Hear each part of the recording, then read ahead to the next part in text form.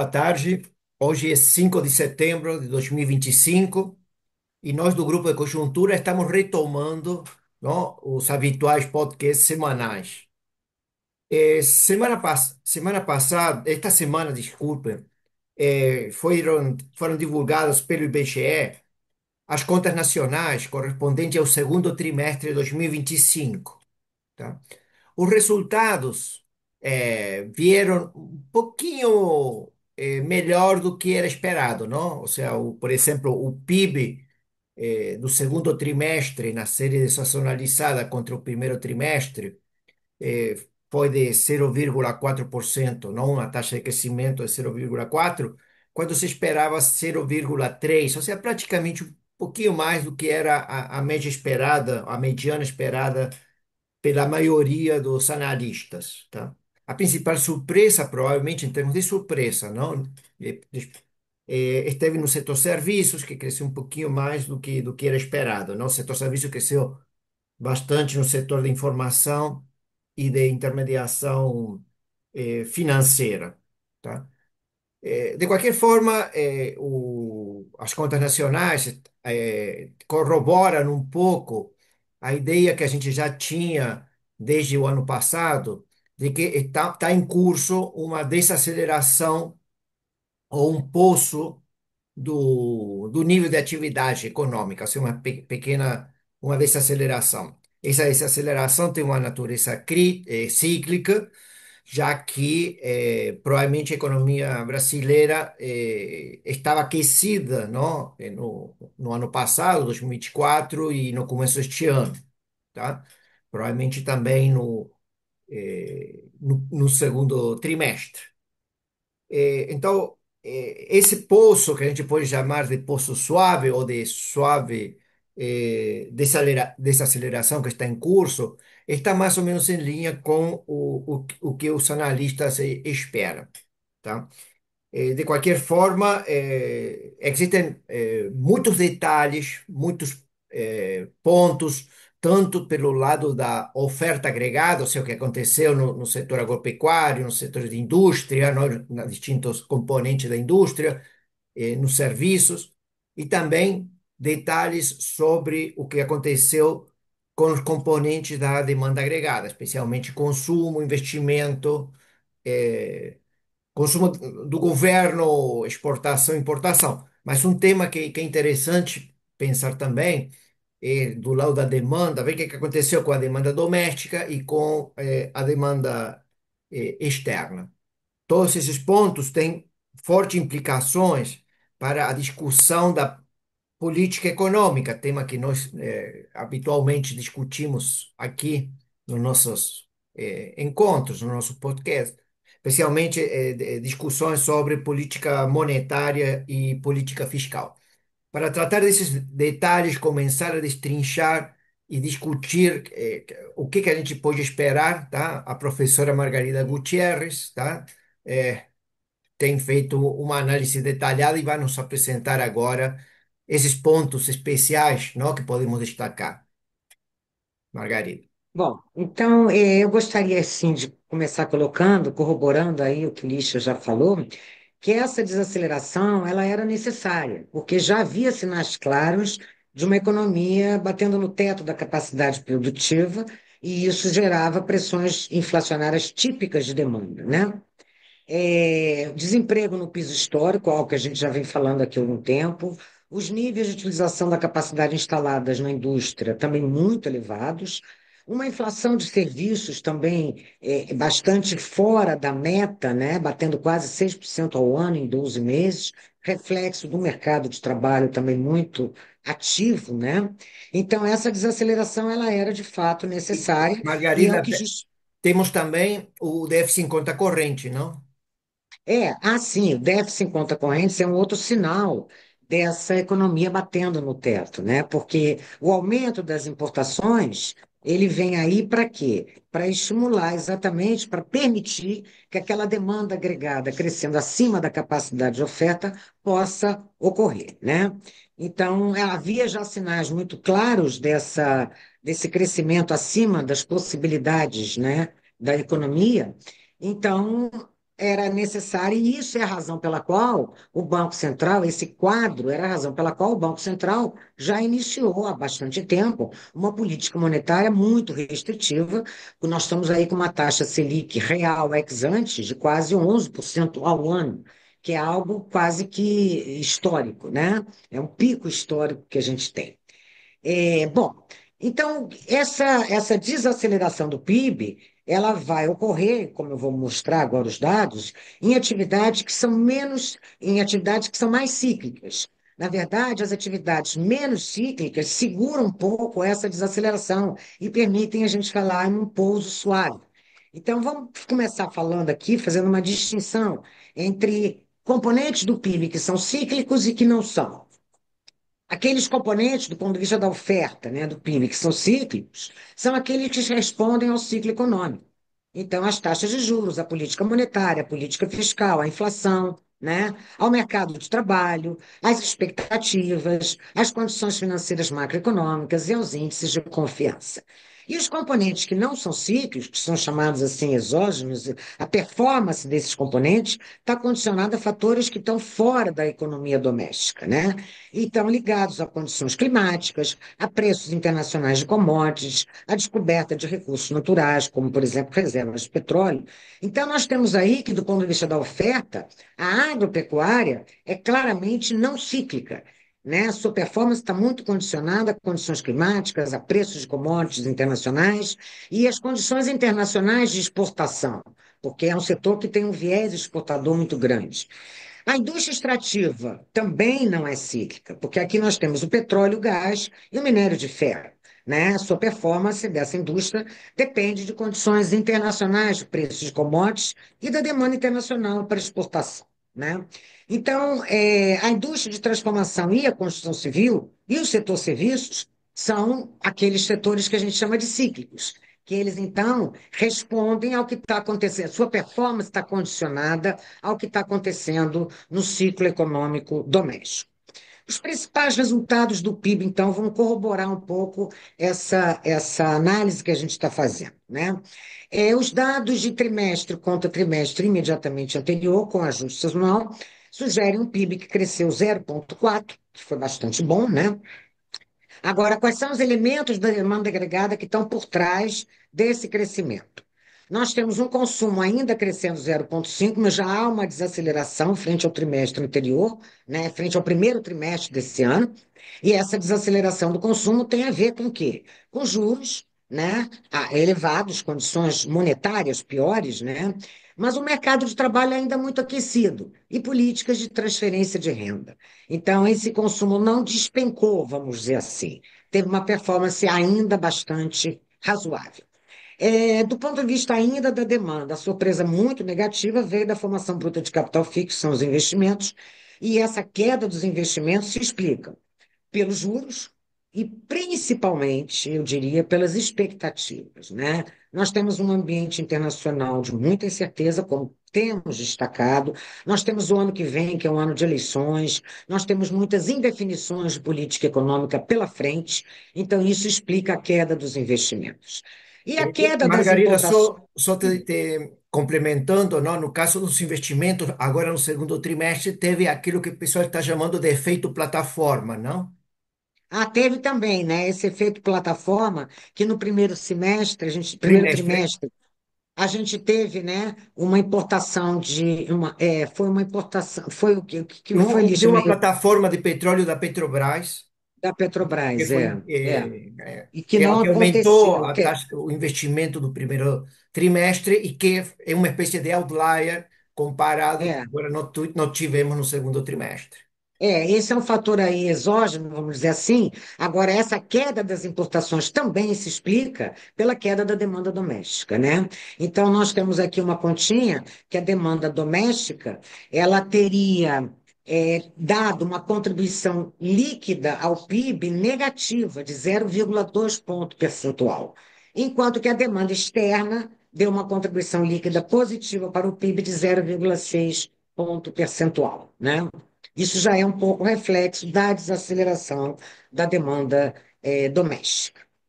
Por outro lado, do ponto de vista da oferta agregada, nós temos aí uma queda da agropecuária de 0,1, muito baixa, serviços ainda bastante resilientes em função de mercado de trabalho, né?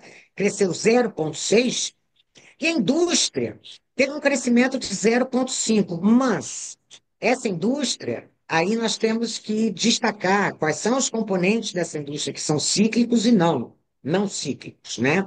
As indústrias extrativas, que é como o BGE chama, cresceram 5,4. E essas indústrias não são cíclicas, dependem de contextos internacionais, de condições climáticas, de descoberta de novos poços de petróleo, etc. A construção civil caiu 0,2 e a indústria de transformação, ambas são cíclicas, caiu, a indústria de transformação 0,5, a queda. Então, na verdade, essa performance positiva da indústria de 0,5 tem por trás apenas setores não cíclicos, né? É, do ponto de vista, se a gente agora analisar um período um pouco maior, a gente vê que nos últimos 3 anos, na verdade, é uma tendência da economia brasileira já há muitos anos, que nós temos um padrão de crescimento liderado pelo consumo, né? Os investimentos, por exemplo, que tiveram uma queda importante, né? Eles caíram, inclusive, tiveram uma queda na taxa de investimento, caiu para 16,8% do PIB, né?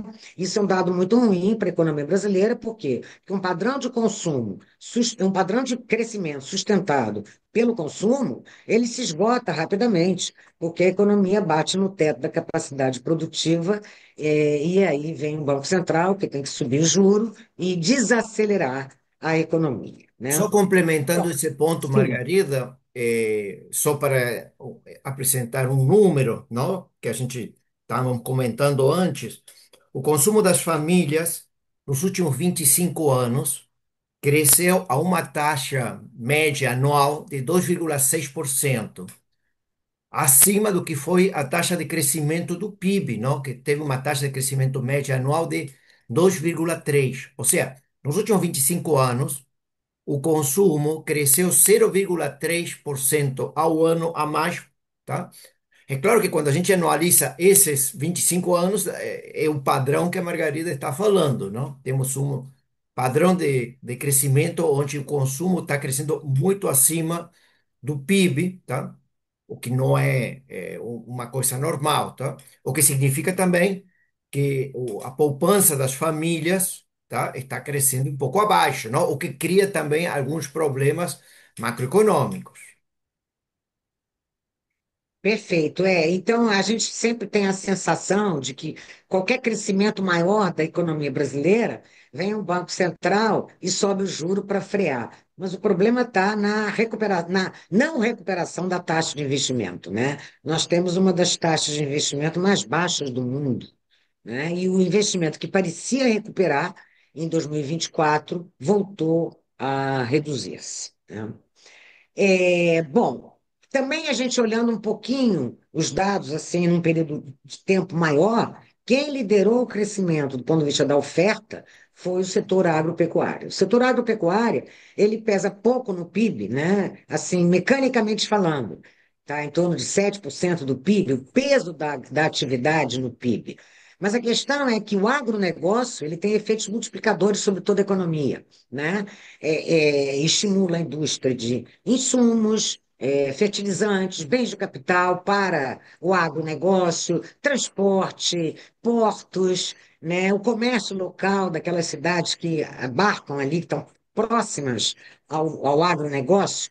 Então, o impacto do agronegócio no PIB, segundo cálculos da Confederação Nacional da Agropecuária, chega até 24%.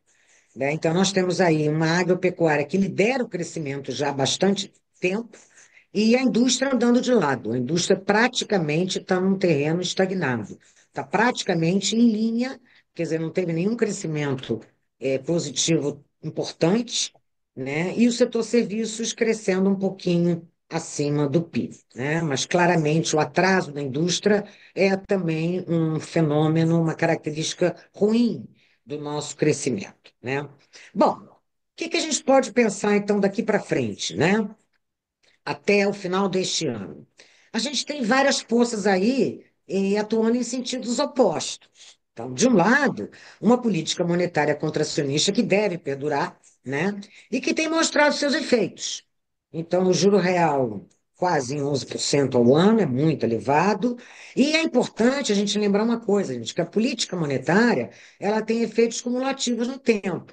Então, mesmo que o Banco Central não esteja mais subindo a taxa de juros, tudo que ele já subiu ainda tem um lag aí de tempo para o efeito dessa política monetária se concretizar, né?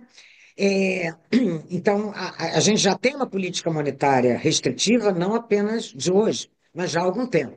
Então, os efeitos dessa política ainda estão por serem sentidos no tempo, né? Ainda que, como você Além, destacou, hum, a demanda doméstica já caiu no segundo trimestre, já foi já negativa. está caindo, Quer dizer, que a gente já está é. vendo os efeitos nas contas nacionais, estou falando, A tá? gente já está fazendo, esse efeito já está se sentindo, né? Hum. Então, além da retração, né, quer dizer, além de uma política monetária bastante restritiva, a gente tem aí uma retração dos indicadores de confiança na economia.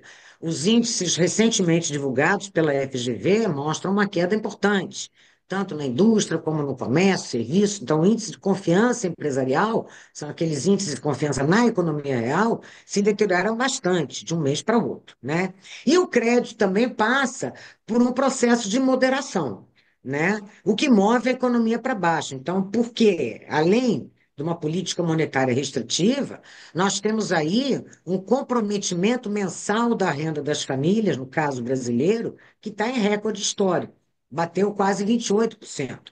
Então, se a gente parar para pensar que 28% da renda média do brasileiro está comprometida com o sistema financeiro, juros e amortização, sobram 72% para pagar transporte, aluguel, alimentação. É um altíssimo grau de comprometimento mensal da renda. Só para a gente ter uma noção, nos Estados Unidos, esse comprometimento mensal da renda hoje é de 11%, né? Então, é uma diferença muito grande. E essa diferença se explica pelo quê? No caso brasileiro, os prazos dos empréstimos são relativamente curtos e as taxas de juros são muito altas. Então, embora o grau de endividamento das famílias brasileiras não chegue a 50% da sua renda, né? Enquanto que nos Estados Unidos isso é de 94%, o comprometimento mensal da renda das famílias é muito alto. E que, no fundo, é o que conta na hora de um banco fornecer um empréstimo, né? A capacidade de pagamento dessa família em função da sua renda. Tá? Mas, por outro lado, nós temos fatores que jogam no sentido de mais PIB, ou de manutenção. Uma resiliência enorme do mercado de trabalho. Quanto tempo ainda vai perdurar? O mercado de trabalho ele não tem autonomia, mas ele, em geral, é o último a entrar na crise e o primeiro a. Como é que é, Liz? Não, ele é o último a entrar na crise e o primeiro, o E também último a eu, começar. isso, Ele vai para reboque, né? Desculpa, ele isso. vai a reboque do que está acontecendo no ciclo econômico.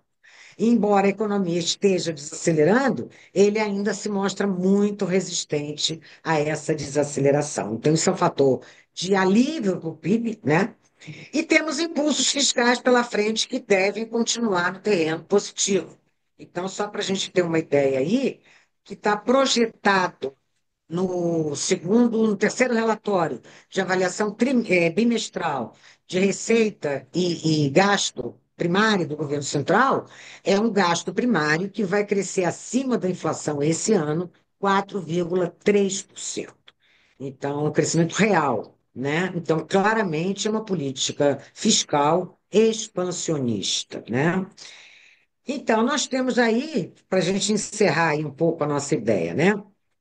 Em 2025, claramente, uma contradição entre a política monetária contracionista e uma política fiscal ainda bem expansionista. Isso pode gerar algum crescimento do PIB, mas com mais inflação, obrigando o Banco Central a praticar uma política de juros altos por mais tempo, né?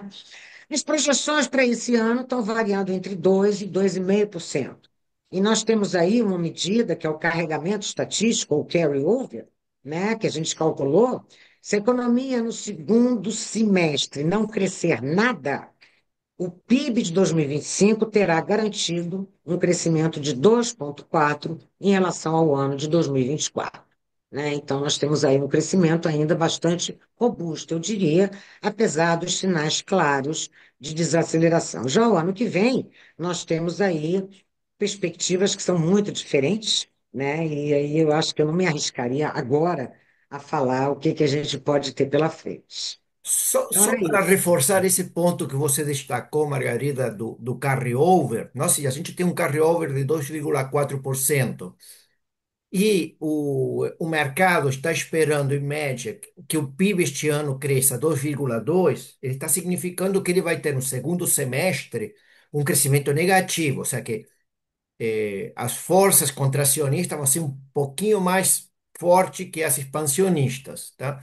Agora, quem está projetando um crescimento do PIB de 2,5% está pensando que neste segundo semestre teremos um pequeno crescimento positivo, não? Ou seja, que essas forças expansionistas, notadamente o impulso fiscal que você tem destacado, vai predominar, não? Ou seja, que só para ter um pouquinho, alguma sensibilidade do que significa uma projeção para este ano de 2,2, não? Ou seja, significa uma desaceleração suave no segundo semestre, ou 2,5, que significa uma pequena, não, um pequeno crescimento nesse segundo semestre. É, perfeito, bicho. É. Uma desaceleração parece que está contratada, né? Apesar de tudo. E todo, a maioria dos analistas estão destacando para 2026, coisa que a gente não vai se aventurar, mas uma taxa de crescimento menor que em 2025. É, Ou um e seja, uma seis, um e meio. Isso, um crescimento ainda, não? É, Menor, que significa que o poço suave, não? Aquela reversão cíclica que a gente está comentando, vai continuar ao longo de 2026. Tá? é isso. Bom, são os pontos que nós gostaríamos de ter destacados aqui destas contas nacionais, desse resultado do PIB que foi anunciado terça-feira pelo IBGE, tá? E que, na verdade, não teve tantas surpresas assim. Nós já tivemos outros resultados que ficaram muito mais distantes do que os analistas esperavam, digamos, na véspera da divulgação, não? Ou seja, basicamente, tudo veio mais ou menos em linha com o que a gente esperava, tá? A gente É, agradece que tenha assistido, nos acompanhado neste podcast e a gente volta semana que vem com outro tema, outra apresentação e outros destaques. Até mais. Obrigado. até.